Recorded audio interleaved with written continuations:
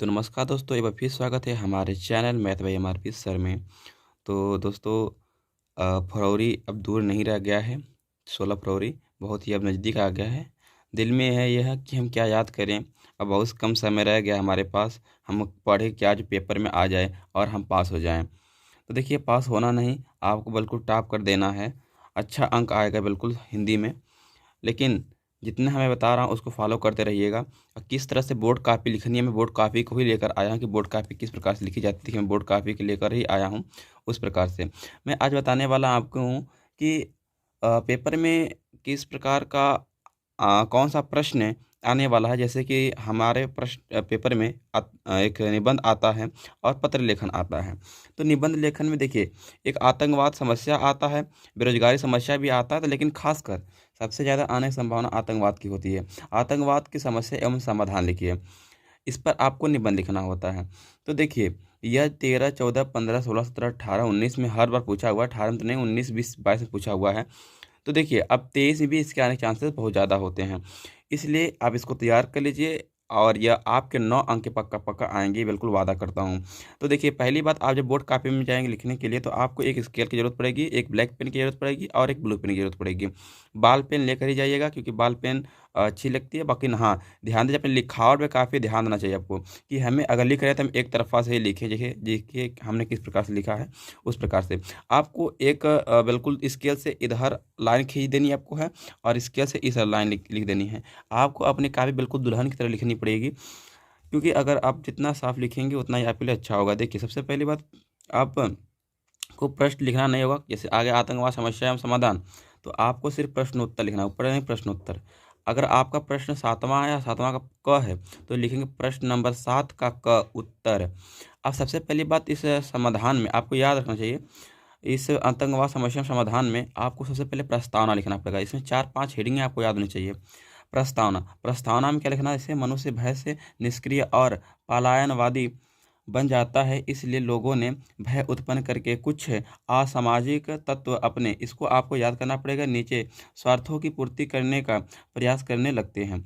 इस कार्य के लिए हिंसापूर्ण साधनों हैं। आतंक फैलाने वाले को आतंकवादी कहते हैं। ये कहीं से बनकर नहीं आते हैं, ये सभी समाज के ये ऐसे अंग हैं जिनका काम आतंकवाद के माध्यम में किसी भी धर्म, समाज या शासन से बिल्कुल नहीं है, हिचकते हैं तथा जनता को अपनी ये शासन से बिल्कुल, अच्छा ठीक है, ये तो हो गया, बात मनवाने के लिए प्रयास करते हैं। तो भैया देखिए, मैंने बिल्कुल काफ़ी लिख कर लाया है, आप इसको याद कर लीजिए, बिल्कुल कोई ज़्यादा दिक्कत नहीं है।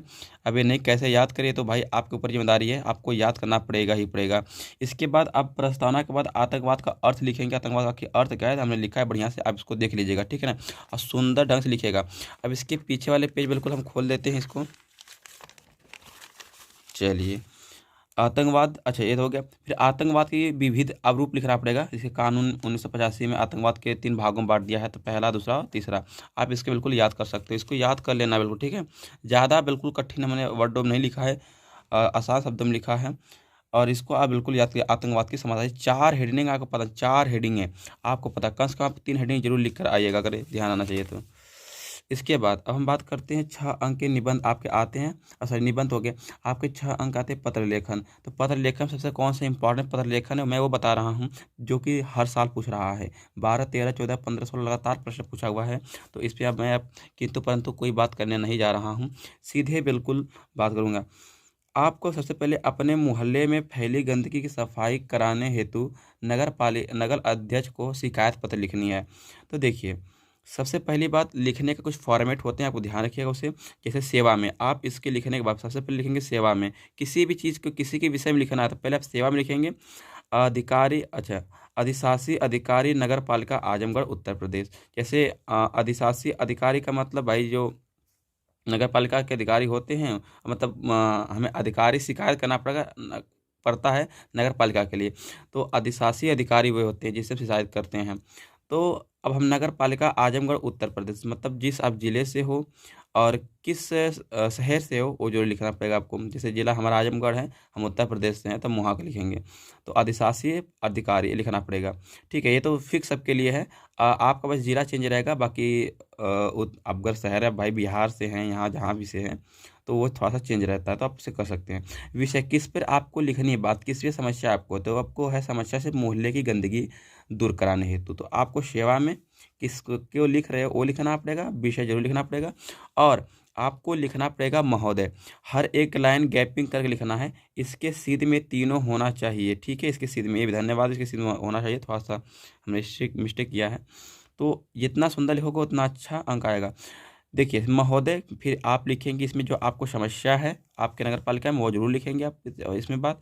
तो मैंने ये लिख दिया, आप उसे याद कर लीजिएगा बिल्कुल। फिर अब अंत में आप लिखेंगे सधन्यवाद।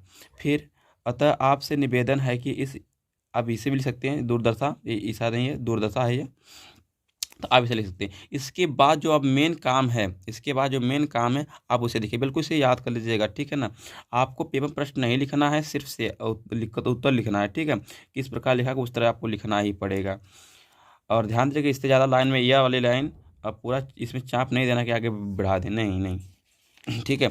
अब इसके बाद अब थोड़ा ध्यान दीजिए, अब इसमें दिनांक लिखेंगे आप, ठीक है? दिनांक, दिनांक अब जिस तारीख को पेपर है, आपको पता है 16 तारीख को पेपर है, खुद ही डर है लगा हुआ है कि क्या करें, कैसे करें।